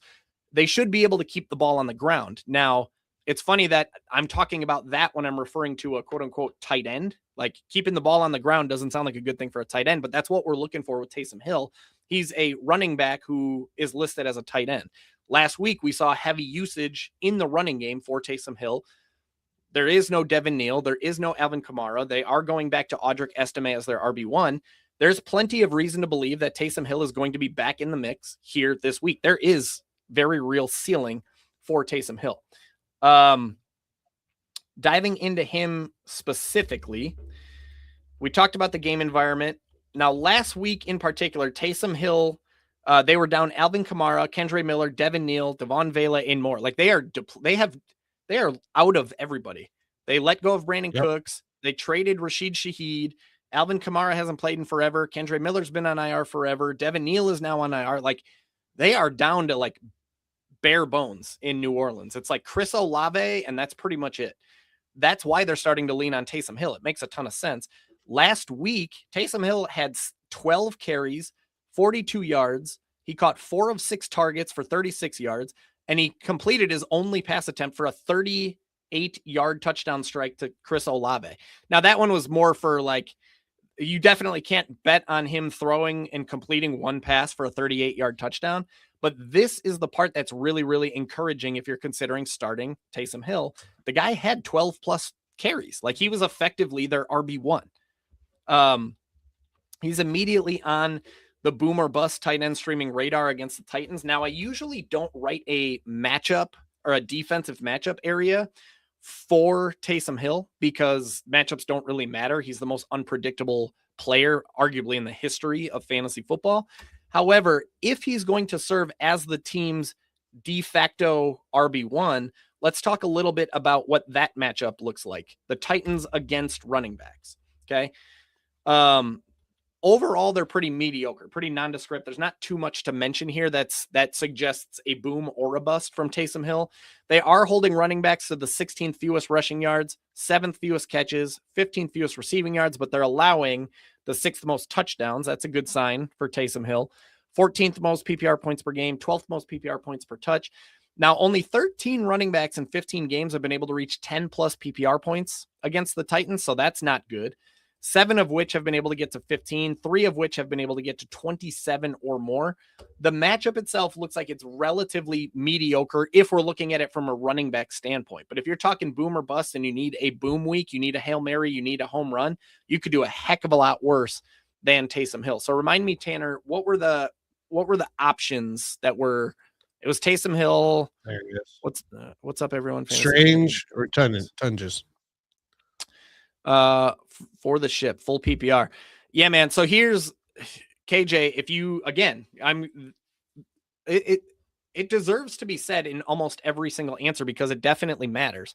We've seen 5 games already on the slate. You probably have a good sense of if you're projected to win, projected to lose, need upside, need floor. Taysom Hill is not going to be your floor guy. Like, if you just need a steady stream of points, that's going to be Strange or it's going to be Tunges. And if I have to choose one of those guys, I would go, man, that one's tough. That one's really, I would go Tunges on that one. I would go Tunges on that one, given the shootout nature of that game. Could be a little bit back and forth. Obviously, you know, Brock Purdy loves to throw the ball to his tight end. We've seen Tunges be successful in the past. Whereas I like Brenton Strange and I like his matchup, but theoretically the Jaguars could run away with that game and not need to throw the ball all that much. So I would lean Tunges over Brenton Strange. But again, if you have to swing for the fences and hit a home run, Taysom Hill is definitely in that ceiling type of conversation because of the usage that he's getting. Name another tight end that's getting 12 carries, right? It just doesn't happen. You can basically put a running back in your tight end spot. There's a ton of upside there. Would it surprise anybody if suddenly Taysom Hill rushes for 2 touchdowns today? Absolutely not. Like, it's very much inside his range of outcomes. So KJ, I would say if you if you just need floor, Taysom Hill's not the guy. It's always really scary to bet on Taysom Hill after a 1-week spike. Like, 0 is very much a possibility for Taysom Hill. But if you got Derrick Henry and you just need to swing for the fences, Taysom Hill is a home run swing for sure. There you go. Just to recap, yeah. And by the way, Tunges is going to be your best combination of the two. If you need a combination of floor plus ceiling, that's going to be Tunges. Okay, there we go. He also was curious about London or Pretty Ricky Pearsall. Drake London. You got it. Pretty Ricky. Pearsall, I mean, they're both dealing with injuries. They both could get knocked out of the game early. Drake London's been an absolute stud this year. Ricky Pearsall has not. He's shown flashes, but it's just kind of been a lost season for Ricky. But yeah, I'd be going Drake London, and I'd call it like 99-1 in favor of Drake London. There you go. Ivan Roman Tunges out, or with Kittle likely being out. By the way, 32 seconds ago, Adam Schefter said Kittle is still going to test his ankle on the field. So game time decision for George Kittle. So just keep an eye out as we get closer to the game. Yeah. And what's really frustrating about that is that they play on Sunday night. So if you're thinking about George Kittle, make sure you get yourself some insurance by picking up Jake Tunges. Depending on the size of your league, Colston Loveland might be available. He's a great stash, great pickup. So, yeah, but we're talking Tunges or Tyler Warren here, right? Obviously we've talked basically with if Kittle's out, Tunges or Tyler Warren, or if you want to answer Kittle, Tunges or Tyler Warren, you know, depending on the injury. I don't want to answer that. Yeah, I don't want to answer. If that question pops up, I'll answer it. But for now, there's no need to dig into that one. But let's talk about Tyler Warren here real quick. Now, one thing we have learned with Phillip Rivers is that he does. We shouldn't even say learned. We know this because of what we saw him do with Antonio Gates. He likes throwing the ball to his tight end. He does target Tyler Warren. It just hasn't quite hit home yet. It hasn't all come together for Tyler Warren after 2 games with Phillip Rivers. He caught 3 of 6 targets for just 19 yards in his first game with Phil, 3 of 9 targets for 30 scoreless yards in his second game with Phil. But, 15 targets in 2 games, that's not bad at all. Like, eventually that's going to hit. It's only a matter of time before that hits. Will it be this week? We don't know. What we don't like about the game environment for the Colts is that they're expected to score just around 20 points. That's below average, at subpar. It's not scary. It's not like a death sentence, but there's nothing about this that says, hey, the Colts are going to score a ton of touchdowns. We need to get exposure to their offense. Now, what we do like about this, about the game environment for the Colts is that they are 6-point underdogs. Actually, I think there might be 7-point underdogs now. I updated it earlier. Oh, actually, it's going the other way. 5.5-point underdogs. I thought it was up to 7.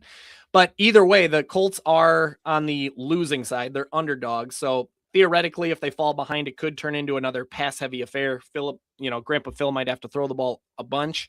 that wouldn't be a bad thing for Tyler Warren. The matchup itself is a strong one. The Jaguars are allowing the 7th most catches, 9th most yards, 10th most touchdowns, 9th most PPR points per game. We've seen 7 tight ends in 15 games score 10 plus PPR points against the Jags. We've seen 4 of them score 18 plus. We saw Brock Bowers score 42.7. We've only seen 4 noteworthy tight ends come up short against Jacksonville. Of course, Tyler Warren himself was one of them just a few weeks ago. Now, that was I believe that was the game that Daniel Jones got hurt and Riley Leonard took over at quarterback. So it's tough to put too much stock into that. But ultimately, Old Man Revers is clearly trying to get the ball to Tyler Warren. I'm trading him as a high-end tight end 2 with tight end 1 upside because of the friendly matchup. But yeah, he scored just 3.5 points on 6 targets against the Jags in week 14. Ultimately, my range for him is anywhere between 6 and 12 PPR points, where Jake Tunges, you put him in that shootout, 9 to 13 points. It's weird to say that you would start a guy like Jake Tunges over Tyler Warren. Man, hold on. I do have to think on this one real quick because I don't feel comfortable just saying Jake Tunges because he's still Tyler Warren. Yeah, I got to think on this one for a second because the matchup times too, right? Or the Colts, I forgot already. What's that? The matchup's good for Tyler Warren, and the matchup's fine for Jake Tunges as well. Oh yeah, because the Colts play at noon. So if you don't start Tyler Warren, then you're relying on Tunges. Well, that's another really good point. Like, what if you're relying on Tunges and then Kittle plays? Like, yeah, that's a really, really good point, Tanner. Really good point. And again, you could once again make the case here that this is another floor versus ceiling conversation, right? We know we've seen 15 targets for Tyler Warren in 2 games with Phillip Rivers. We know Phil wants to get him the ball.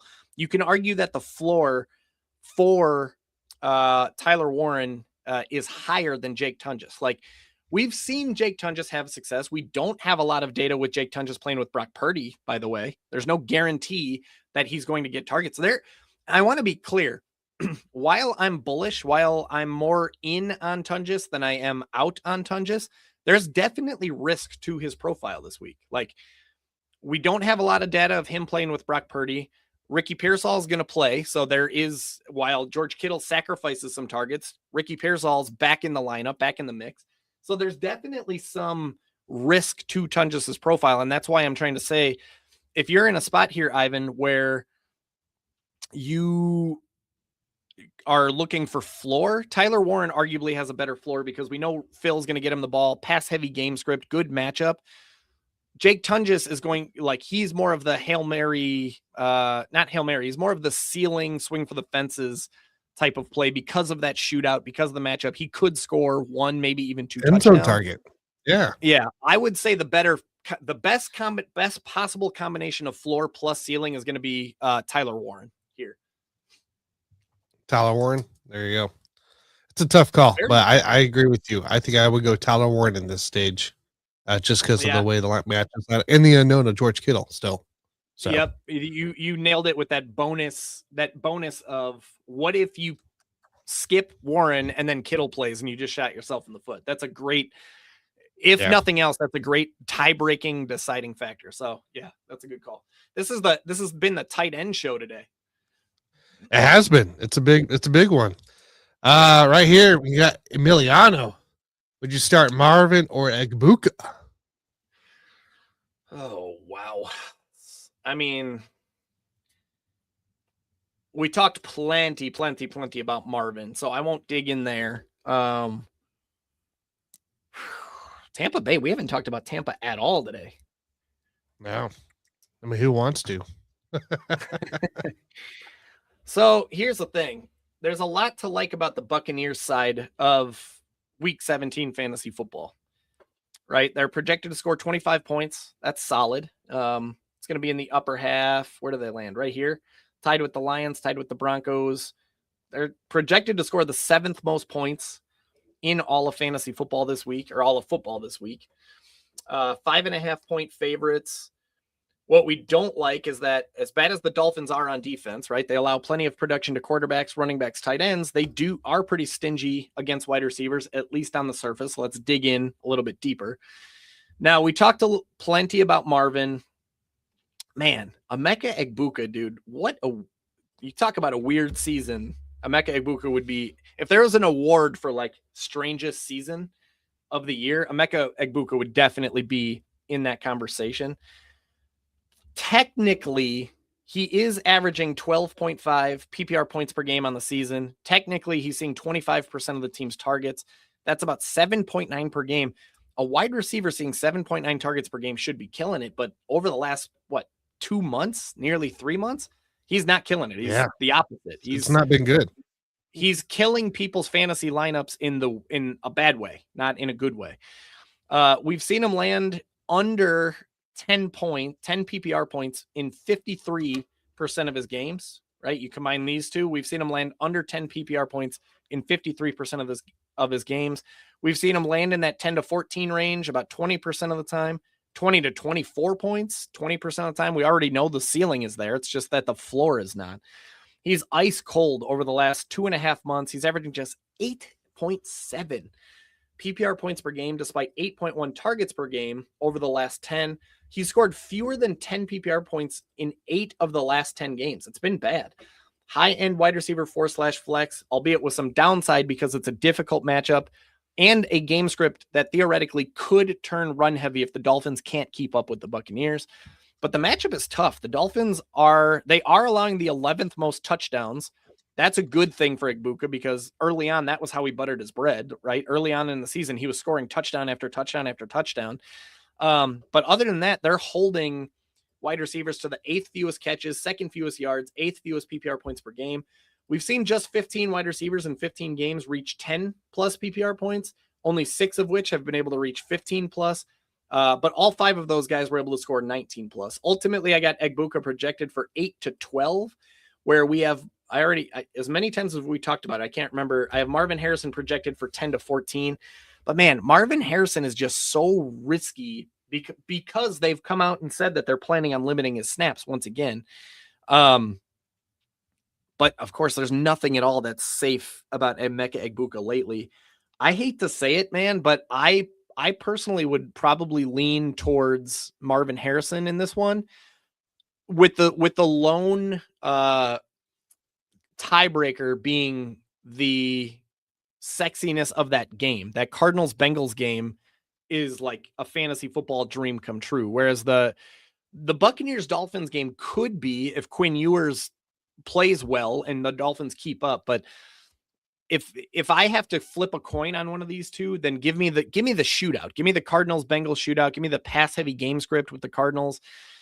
You know, Marvin Harrison might only catch 2, 3, 4 passes. The hope is that they're in the end zone, right? So that's a tough one. I don't feel great about either guy, to be honest with you. And it's really, really close. I would say it's like, I'll lean in Marvin Harrison's direction, but we're only going to call it, 51 to 49%. Okay. And sticking with Egbuka here, David from earlier commenting back in because Sampson is officially active on there. Dowdle, Egbuka, or Sampson. Now that we're official active. Yeah. So we talked. Oof. Yeah. This is another one. Tough one, right? Because I don't love Egbuka. I don't love Sampson. He's fine. Rico Dowdle, I don't love either. This one, this is a really tough one. We talked a little bit earlier about the Seahawks-Panthers game.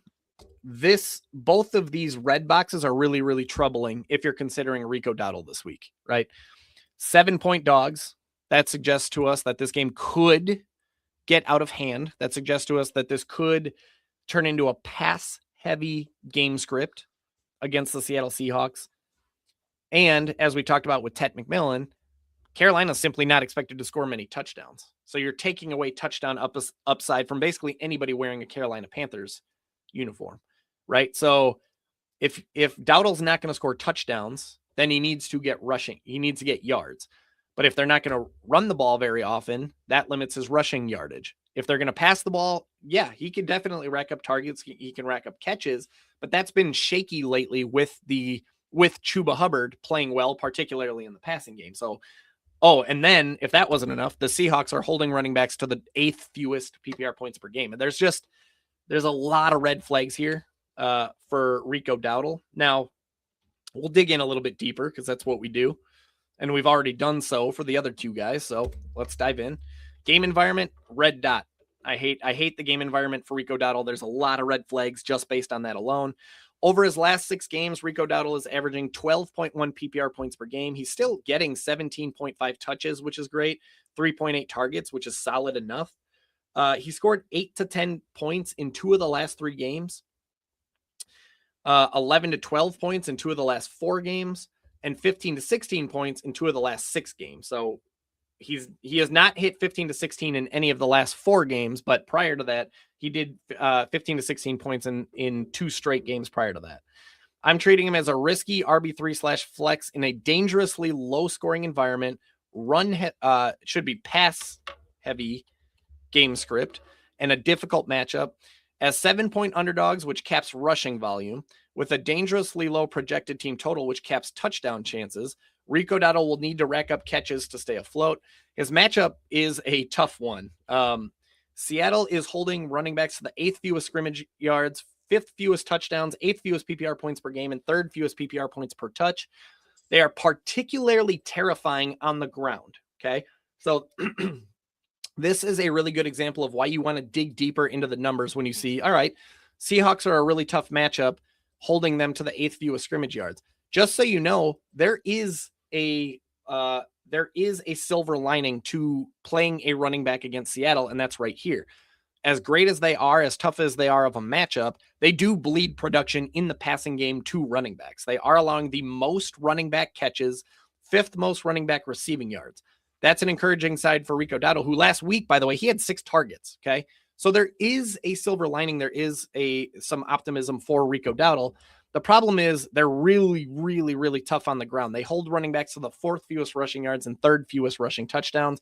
We've seen only 13 running backs in 15 games score even just 10 PPR points against the Seahawks. And that's despite 19 of them handling 10 plus touches. Okay. We've seen 19 running backs handle double-digit touches against the Seabirds, excuse me, but only 13 of them have been able to get to 10 PPR points. And by the way, that number drops to just 4. We've seen only 4 running backs hit 10 fantasy points when you remove running back receiving statistics. All of that tells us touchdown chances are going to be limited. Rushing efficiency is going to be limited. If Rico Dowdle is going to do anything, the data suggests it has to be in the passing game. And is that going to be Rico Dowdle or is that going to be Chuba Hubbard? Last week it was Dowdle, but if I'm not mistaken, the week before that it was Hubbard. You're really flipping a coin there. We've seen only 4 running backs in 15 games been able to reach even just 14 PPR points. That number drops to just 2 running backs, by the way. So it's a really, really, really tough matchup. Oh, yeah. And I forgot about this part for a minute. Over the last 5 games, Tony Pollard, Tyjae Spears, Aaron Jones, Jordan Mason, and Bijan Robinson, Tyler Algier, Jonathan Taylor, Kyron Williams, and Blake Corum. Okay. Strong list of running backs there over the last 5 games. They've combined for just 84.7 PPR points on 143 touches. So on average, we're talking 0.59 PPR points per touch. 2 running backs over the last 5 games. They've gotten even tougher over the last month. There's just so many red flags working against Rico Dowdle. Ultimately, I have him projected for 9 to 13 PPR points. Again, we have Egbuka projected for 8 to 12. And who was the last one? Marvin? No. No, it was Dowdle, Egbuka, or Sampson. Oh, and Dylan Sampson. Right. Sampson, we had projected. We talked about him earlier in the show. We had him projected for 8 to 12. I guess you kind of have to go Rico Dowdle in this one. I mean, Dylan Sampson's not in a great situation either. They're underdogs against Pittsburgh. Really, really low scoring game. Even lower projected team total. I mean, we talked about the Panthers projected team total being really low, right? Just 17.5. Yep. But look who's below them. Cleveland, right? Dylan Sampson's not expected to score many touchdowns either. So it's the sort of thing where it's like Rico Dowdle is going to be the better bet for touches. Like he should get touches, something you can't guarantee for Emeka Egbuka. But man, that I don't know, man. I would say if we're looking for floor, you got to go Rico Dowdle. If we're looking for ceiling, let's close our eyes and pray and swing for the fences with Egbuka. I mean, that game could shoot out a little bit if Quinn Ewers shows up and plays well and keeps the Dolphins competitive. The Buccaneers definitely have the best scoring projection when you consider the Panthers, the Browns, who are way down here, and then the Buccaneers, who are way up here. So that tells us that touchdown opportunity is in Egbuka's favor over those other two guys. But man, this one is not easy. It's not pretty. I don't like any of them. I don't like that situation. Am I choosing 2 or 1? You are. It's just 1, right? I went away from it. It's just 1. Yeah, 1 flex. PPR. Same guy. Yeah. Man. I mean, this is as coin flip as it gets. The best combination of floor and ceiling is going to end up being Rico Dowdle here. Because he's going to be he's going to get the first crack at rushing opportunity, but also he is going to, didn't the Seahawks get smashed by Rams running backs last week? No, other way around. Kenneth Walker and Charbonnet. Kenneth Walker blew up. Yeah, Kenneth Walker blew up. Yeah, you're right. Look, ultimately, Rico Dowdle is going to bring the best combination of floor and ceiling, right? He's going to get the rushing opportunity, but if he can do what he did last week, right? 6 targets, and if he can expand on that, he's going to bring the best combination of floor and ceiling. Egbuka is going to bring the best just raw ultimate ceiling out of all these guys. I think Samson, either way, is going to be the odd man out just in this scenario. All right. Sounds good. Guys, I want to just reiterate here, all these Tunja's questions that we're answering here. You're risking the potential of George Kittle still playing. I know it's highly unlikely, but he's still going to give it a go. He's still going to try before the game. And this is Sunday Night Football. So we could tell you who we would start if Kittle for sure is out, but we won't know until Sunday Night Football, ladies and gentlemen. So, that's just kind of the nature of the beast. Do you take the chance or do you not? So, in the end, but Cornelius, he put this a little earlier, Tunjas, Johnson, or Strange. He needs to pick 2. You talked about Strange, you've talked about Tunjas already, in this range. If you're willing to risk the fact that Kittle potentially could play, there is a chance, that he does play. And now you're stuck with, hopefully, you got a backup to the backup plan for Sunday Night Football. But that's pretty hard to deal with there. So, that's kind of what you got to look at. Yep. Spot on, brother. It's the same thing for Justin here. He has Tunjas or Fanning, Oh, dude, I can't believe we haven't talked about Fanning yet. Yeah, because we have Juwan Johnson, Brenton Strange, Tunjas, which we've talked about Strange and Tunjas a few times now. For it, again, Cornelius, it's up to if you're willing to risk. Wait until the moment till Johnson plays, or Tunjas plays, for that. Otherwise, right, you might just go Johnson and Strange. So right, and if you have a chance to pick up Colston Loveland as insurance, he's in a great spot as well. So if Kittle is active and you need to make some sort of pivot, scoop up Loveland if you can. But yeah. Okay. All right. Let's get one last question here. Let's do the Fanning, because Fanning is a play here. And we got to wrap it up, guys. I got another show to pop onto shortly after on the Record Sports Hub. So would you do Fanning or Tunjas? Would you wait for the potential Tunjas? So my understanding, and keep in mind, guys, since the show began, and even before the show began, I kind of rolled out of bed, made coffee, and hopped on. I didn't look at any news. 2 things I'll say here. Harold Fannin was added to the injury report on Friday with a groin injury. That's usually an ominous sign. That's usually a big red flag, very risky. My understanding is that it was all precautionary and that he's expected to play. He should be full go. Check your own reports, like Google it, research it. I haven't looked is what I'm saying. I haven't seen anything about Harold Fannin. If anybody else has, awesome. He is not on the, I mean, he's, as far as we know, he's active. So no headlines. Okay. So if he's I'm full go, if he's full go, he's like literally a top 5. He's a go. He's a go. Yeah. He's top 5. There's very few tight ends that I would start over Harold Fannin this week. We've talked plenty about the game environment. We don't need to go there again, but ultimately it's not a game that we're excited to get exposure to. Harold Fannin is one of the only exceptions to that. He's played 5 games with Shedeur Sanders. He's averaging 14 plus PPR points per game, 8 plus targets per game. So for context, we're talking wide receiver numbers right now. These aren't tight end numbers. These are wide receiver numbers. Okay. So you're basically putting a wide receiver in your tight end spot. That's a good thing. He scored 11 to 13 PPR points in 3 of 5 games, a low of 8 points in their first game together way back in week 12, but a high of 25 points just a few weeks ago in week 14. He scored at least 11 in each of the last 4 games. He scored 15.1 points on 10 targets against these very same Steelers way back in week 6. Again, that was with Dylan Gabriel at quarterback. It was not with Shedeur Sanders, but certainly not a bad thing. And by the way, the matchup, still mouthwatering. It's still a terrific matchup. The Steelers are bleeding the 4th most catches, 5th most yards, 3rd most touchdowns, 2nd most PPR points per game.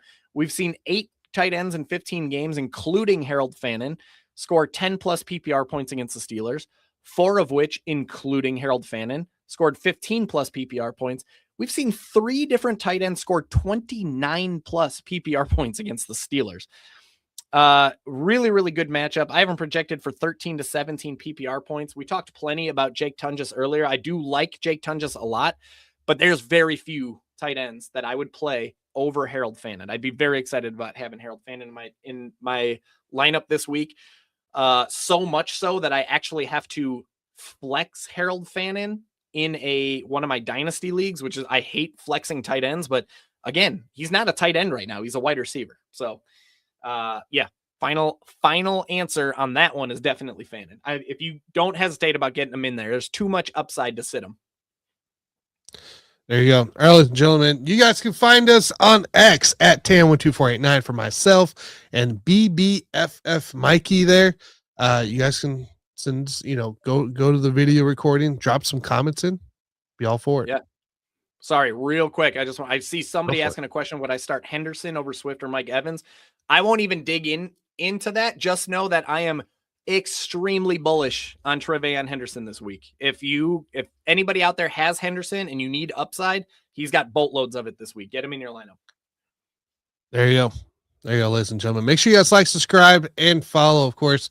We are trying to get to 1,000 subscribers here as we continue on to this what we do each week. So be much appreciated there if you guys could drop that subscribe button today. Yeah, guys, Tanner and I don't make a single penny off of doing the show. We do this show for free every week, and that's fine. We love to do it. The only thing we ask, tap that subscribe button if you enjoy the content, and give us a follow on Twitter. I'm really trying to grow my Twitter platform growing forward. So if you will, BBFF Mikey, you can see Tanner's as well. Tan 12489. What do those numbers mean, Tanner? Do they mean anything? It's my birthday.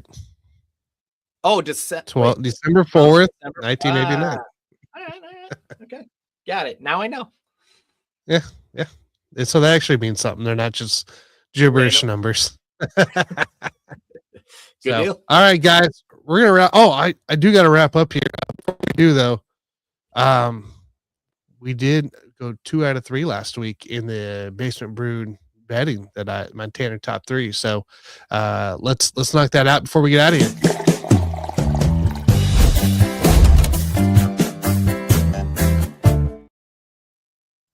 All right. So last week.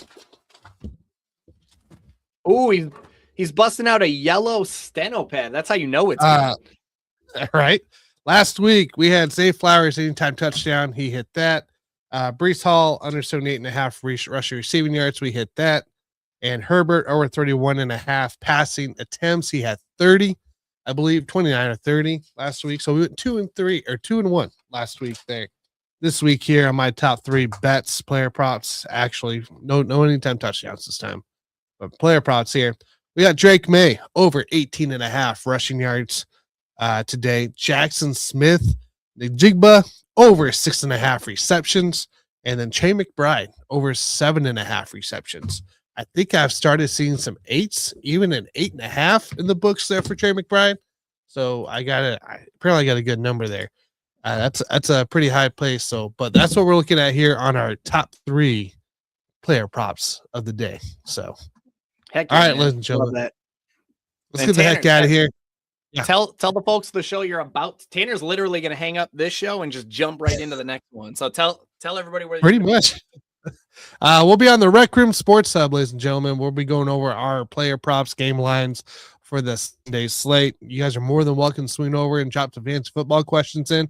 Myself, Scott Coben, Alan Paralis will do our best to tackle it for you as well. But you're more than welcome to drop over and lock it in.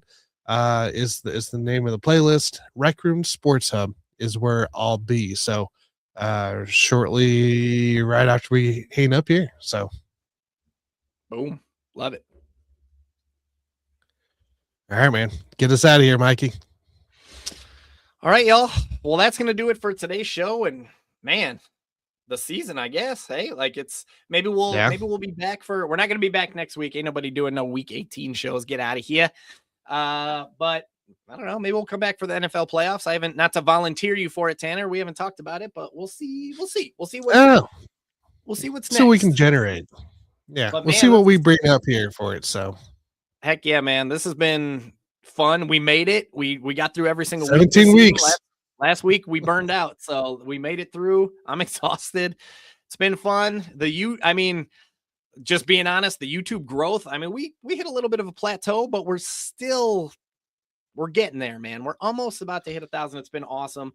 Anybody who's watching, whether it's the first time, whether you've been tuned in all year, man, we appreciate you guys. It's again, we don't get paid a penny for this. It's not the most fun getting up early on Sunday mornings, but we do love doing the show. We love hanging out with you guys. We appreciate the interaction. But we don't want it to end here. Like, hit that subscribe button on the YouTube channel. Follow us over on Twitter. Let's still hang out. Let's still be friends. And again, we got the NFL playoff competition coming up for BBFF members. Winner's going to get some sweet, sweet BBFF swag. Tanner, I'd love to know where the poll ended up on whether or not we're digging the purple hoodie, but I don't know how far away that is. I ended up ending it early. But yeah, everybody loved it. It was fire. Winner gets some sweet BBFF swag. Doesn't cost anything to play. You just got to be a member of Basement Brewed Fantasy Football. So it's available on the website, whop.com/BBFF. 2026 membership packages are now available. Jump in so that you can join the NFL playoff contest. Jump in so that you can do the March Madness contest, the mock draft competition. Lots of really cool stuff we're doing in 26. But for now, guys, man, it's been a ton of fun hanging out with you guys all year. It's not over. This is just see you later. It's not goodbye. Come hang out with us on Twitter. But today, you guys got some championships to win. You got some hardware to bring home. So good luck. Right. We will see you on the fantasy football field. Cheers. This brew's for you.